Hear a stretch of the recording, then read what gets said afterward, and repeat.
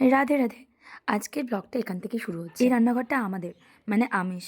মা এদের রান্না করে না, তাই এর পরিষ্কার রাখার দায়িত্ব আর আজ আমার যাওয়ার কথা বড়দির বাড়িতে। ওই কারণে আমি আমার বই, খাতাপত্র আর জামা কাপড় প্যাক করে নিচ্ছিলাম কিছু কারণের জন্য।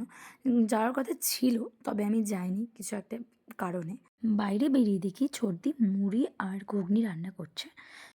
আজ আবার ছোটদিদের বাড়ি যাবার কথা ছিল, কারণ দাদাভাইয়ের স্কুল খুলে গিয়েছে। বড়দি বাবার কাজে পরদিন বাড়ি চলে গিয়েছিল, ছোটদির ছিল কয়েকদিন।